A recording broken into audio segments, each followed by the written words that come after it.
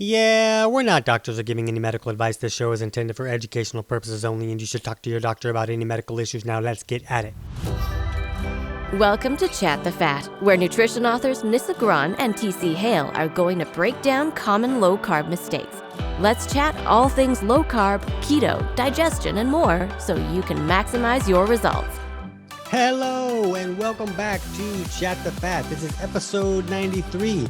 I'm TC Hale. I'm your host, and Nissa Gron's not here. I don't know where Nissa Gron is. She's probably out buying me a present or something. I don't know. That's where I assume most people are when they're not with me. That they must just be out shopping for stuff for me. That's probably not the case though. But in any case, I want to hang out with the keto challengers today, and I'm going to answer some questions. So I want to let you guys hear this on a podcast because we talk about some great stuff. And if you guys want to be able to go into these live videos and ask questions while we're going, then get into the next keto challenge, or you can join our Keto Decoded membership and come in because we have a lot of fun in there. But let's jump into my video about supplements on keto. Hello.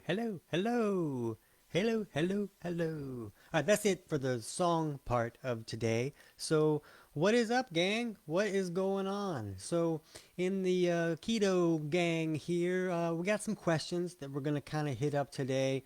And you guys wanted to talk about supplements on keto. So if you have questions while I'm kind of rambling on, feel free to add them there in the chat, and we'll see if we have time to get to them.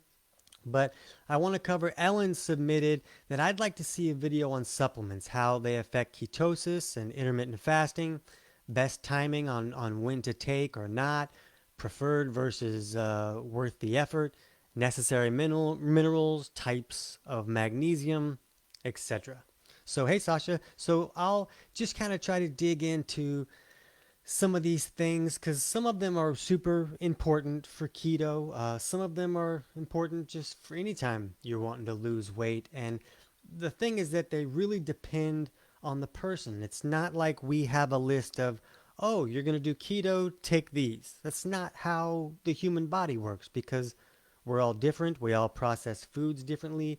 We're all experiencing different imbalances. So we need different nutrients added in to whatever we're doing, right? But the most important thing when you're looking at keto is, especially if you're new, you're transitioning to eating a high fat diet, which is something that you've probably never done before. Well, if you're going to eat a lot of fat, you probably want to be able to digest that fat. And that's kind of where this bioindividuality comes into when we're looking at a diet and does it work with anybody? And hey, CJ, what is shaking? And we need to understand how the person is processing foods, because if a person's eating a lot of fats but they can't digest fats, well, that diet's not going to go super great for them. They're probably going to have crazy diarrhea that like lifts them off the toilet like a rocket, or they're going to have some kind of acne or skin irritations as the body's trying to push all this undigested fat out of the body. So we want to know, does a person have the ability to digest fats? And in order to do that, when we eat food, our stomach makes hydrochloric acid, and that starts to break down the food. But when that acidic product leaves the stomach and it goes into the first part of the small intestine called the duodenum, then the gallbladder squirts bile down onto that. And this bile is a very alkaline substance, soapy substance that's made in the liver, and it's stored in the gallbladder. And so it squirts down there to kind of neutralize these acids that are leaving the stomach. And that alkaline meeting the acid is what creates this explosion, like a sizzle that helps us pull all the minerals and nutrients out of the food that we're eating. It helps us break it down. So the bile also helps us emulsify the fats that we're eating. Now, the problem here is that a lot of people have their bile, it's become too thick and sticky to flow correctly. And it gets backed up and it doesn't flow. And then we can't really digest fats the right way. So we're already not digesting fats great. And then we're going to make like most of our diet fats. Well, it's going to be a problem. So what we do and what we find is often the most important supplement when it comes to succeeding on keto is we use something called beet flow from Empirical Labs. And it helps to thin the bile so that it can flow correctly. And now a person can emulsify the fats they're eating and they get to digest them and break them apart so the body can use them. Because if they can't be digested correctly, they become a burden that the body's got to deal with. It's like, hey, I can't do anything with this. Why do you keep sending all these fat bombs down here? This is not going well. So we use this product called Beet Flow. It's not just beet root. Don't use a beetroot capsule. That's not going to do the same thing. Beet Flow has the concentrated beet greens juice in it. And you can get it from either a health professional or on naturalreference.com. And I put the link here under this video here so you can check that out. So that becomes a really big one. And another one is we want to make sure that if a person is experiencing any digestive symptoms like bloating or acid reflux or indigestion, or food sits in their stomach like a rock for 6 hours, or they're constipated, these are all signs that they're not making enough stomach acid. And if you're going to switch to a real food keto diet, you need to be able to digest that food. And another big issue with this is that we're going to talk about minerals in a minute. But when keto allows insulin to come way down, which is what we want insulin to come down so the body can burn fat for fuel, and then we lose fat. Yay! That's what we want. So that's good. But when insulin goes really low, a lot of people will then pee out more minerals. So we're going to talk about some mineral supplements that you can use, but just know that none of them really work as well as having the ability to digest your food and pull the minerals out of your food. Wow, look at that. What if you could access minerals and nutrients in the food you're eating? That'd be crazy. So that's what we want to make sure somebody can do. So if they're having any of those digestive symptoms, hey, Ellen, I'm talking about your question right now. If they're having any of those symptoms, odds are great that they're not making enough hydrochloric acid to break their food down and pull the minerals out. And the trick is that the body needs minerals in order to make hydrochloric acid. So it gets stuck in this cycle of just being broken for years or decades. So if that's an issue and you're dealing with any of those symptoms, we like to see people supplement with HCl capsules. But if you're going to do that, you need to use beet flow as well, because you don't want to increase stomach acid without making sure bile is moving and flowing, or you're going to create like crazy diarrhea issues or a duodenal ulcer or something, because the acid isn't going to get neutralized as it leaves the stomach, and it's going to keep trucking through the system and causing trouble. So we don't want to do that. But the natural digestive process happens by acidifying the food in the stomach, and then when that food leaves the stomach, the bile comes down and neutralizes that acid and helps to break all the food apart. So when we're talking about supplements in keto, these are the ones that we find are most important, because a lot of people, if digestion isn't working correctly, they can't even assimilate what's in a multivitamin. They can't even pull the nutrition out of that because they can't break it down, and the body can't assimilate minerals if there isn't that digestive action going on. So this becomes the biggest step if you haven't already done that. And when we're looking at emulsifying fats, Anna asked, is it okay to eat fat bombs alone as a snack, or is it better to eat with meals? And I really like to see people eat their fat bombs with their meals, because it just makes it easier to emulsify and break down those fats. But if somebody has effective bile and it's flowing okay, they can usually get away with having a fat bomb away from a meal and they'll do okay. But if you feel like you're on the fence or you're still working on improving your bile flow, maybe the color of your stool is lighter than the color of corrugated cardboard, that's a really strong sign that bile's not flowing correctly. So, maybe you have chronic diarrhea or acne issues, or you have a lot of nausea or high blood pressure. Those are all signs that bile is not flowing correctly. And a person doesn't need to have all those signs. Just any of those signs can be an indication that bile is not flowing correctly. And even blood pressure that's too low can be a sign, because that usually means that the person can't pull minerals out of their food right. So if you feel like you're on the fence or might be having some trouble with bile flow, you really want to make sure the fat bombs are with your meals, and that will help, kind of the process of emulsifying those fats a little bit better. And Anna, there you are. That's right. That's good job. I'm glad you heard that. I'm glad you were here for me to say stuff to you. Um, okay, so those HCl, beet flow, those are crucial. And digestive enzymes are a really big deal for anybody that's over 30, because most of us have kind of used up the stuff, and the food doesn't, just doesn't have what it used to have as far as nutrients, minerals, or even enzymes. And when you're eating processed stuff, that doesn't have any enzymes. So digestive enzymes can be a really big deal. We use one called Digestizyme from Empirical Labs because it also has like zinc and other cofactors that the body needs to produce HCl. So we like people to use this in the hopes that they won't need to supplement with HCl as long, that this enzyme will help the body start making more of its own on its own without your help. And that's kind of what we want the body to do. So let's talk a little bit about something that a lot of people like to talk about when they talk about keto, and that's mineral supplements. That can be a big deal. We'll talk about exogenous ketones here in a second too. But you know, we like to see people look at their blood pressure, and we teach people how to run, self-tests to see where your chemistry is, and are you dealing with specific imbalances and stuff like that. We teach people how to do that in our digestion course. It's basically a free course.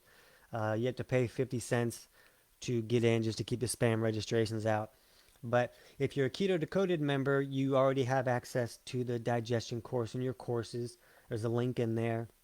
And if you're not, you can just go to kickitnaturally.com/keto digest, and you can sign up for 50 cents. And the course will walk you through how to use the supplements I just talked about, but also how to run simple self-tests to figure out where your body is, what's working right, and what do you need to correct so that you can process a keto diet correctly, and so that a keto diet doesn't create imbalances or other problems down the road. You hear a lot about people having symptoms when they start keto, and also maybe other symptoms if they've been on it for a couple years or something. And that's because any diet has the ability to create imbalances in the body and malfunctions and things. So if you know how to look at your physiology, then you get to know if you're having a problem and steps to fix it. And then you can avoid those issues, and you can use keto for the long term and all that kind of good stuff.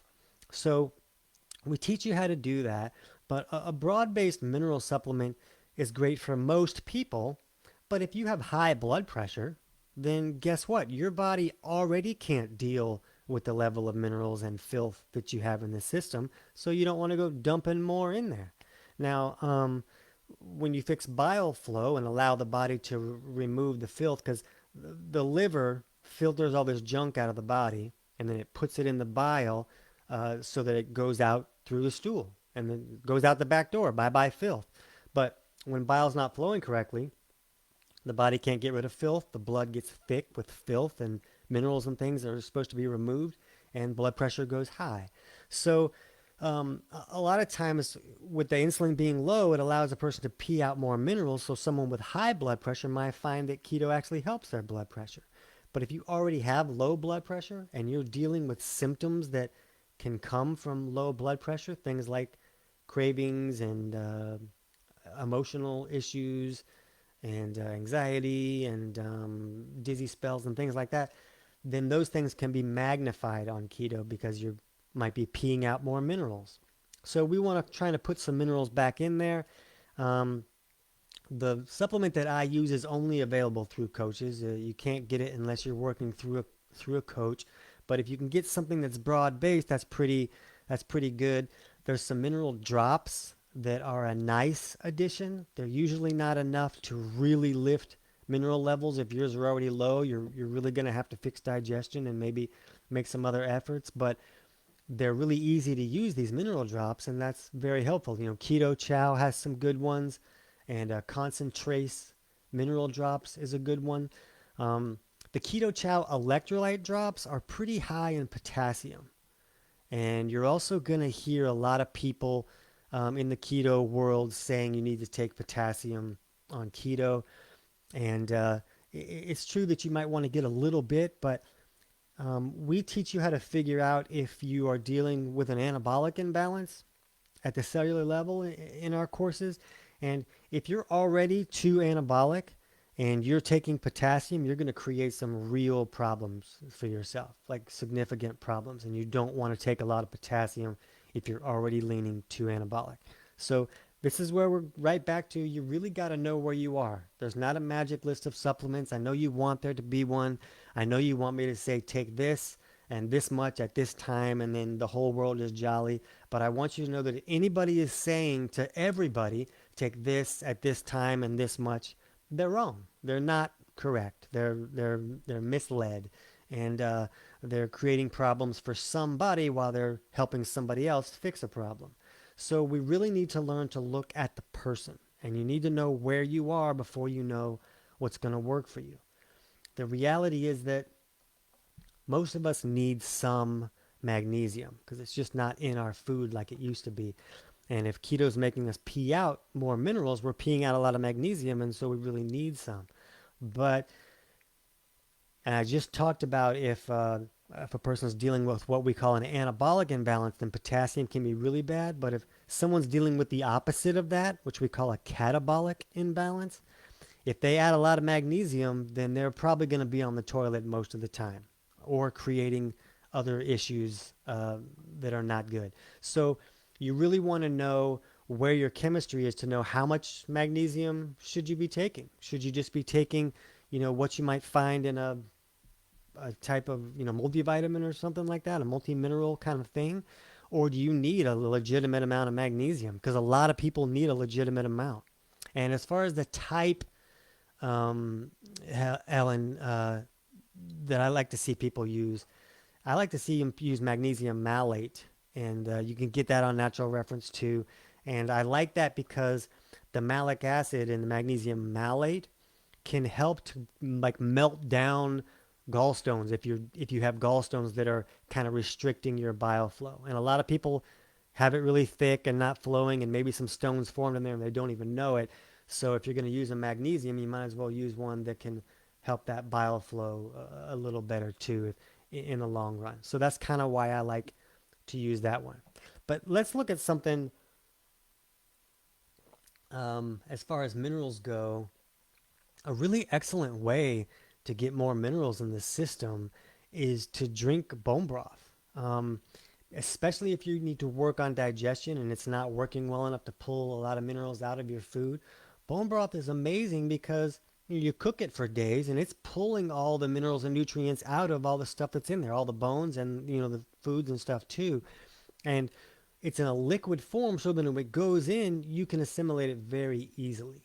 So that's very beneficial to someone who's having a hard time pulling all the minerals out of their food or they're peeing out too many minerals. So in the description of the video, I put a link to a bone broth recipe if you've never done this. So it kind of walks you through how to make it.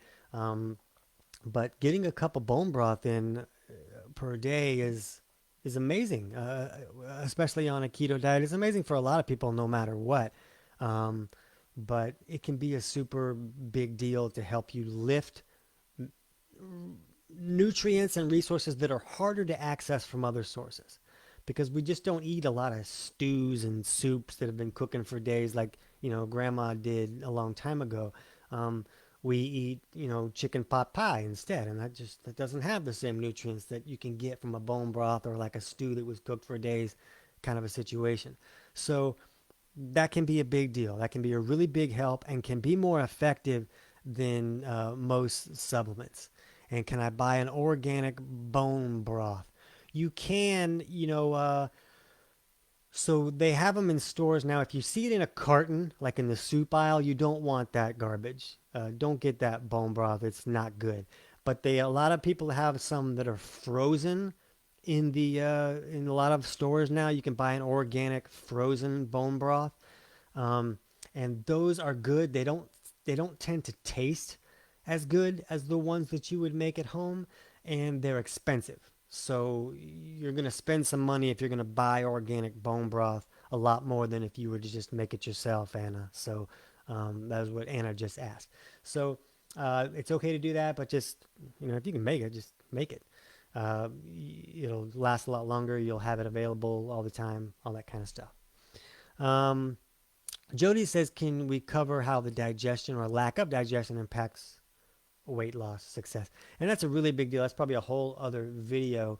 But if you haven't read my book, Kick Your Fat in the Nuts, then chapters 3 and 4 walk you through this a lot, because there's a lot of details that are really important and that are big deals when it comes to weight loss on any diet. And then some of those deals, like we talked about with bile flow today, are really magnified with keto. But you can get the book for free at kickitnaturally.com/book. And that'll let you download any kind of e-reader that you have, whatever you want to do. You can pick the one and just get to chapter 3 and 4, and that explains all that digestive process for you. And I see Cindy says, can we please have recommendations on how much water to drink to be effective with keto? I drink too much coffee and barely any water. Again,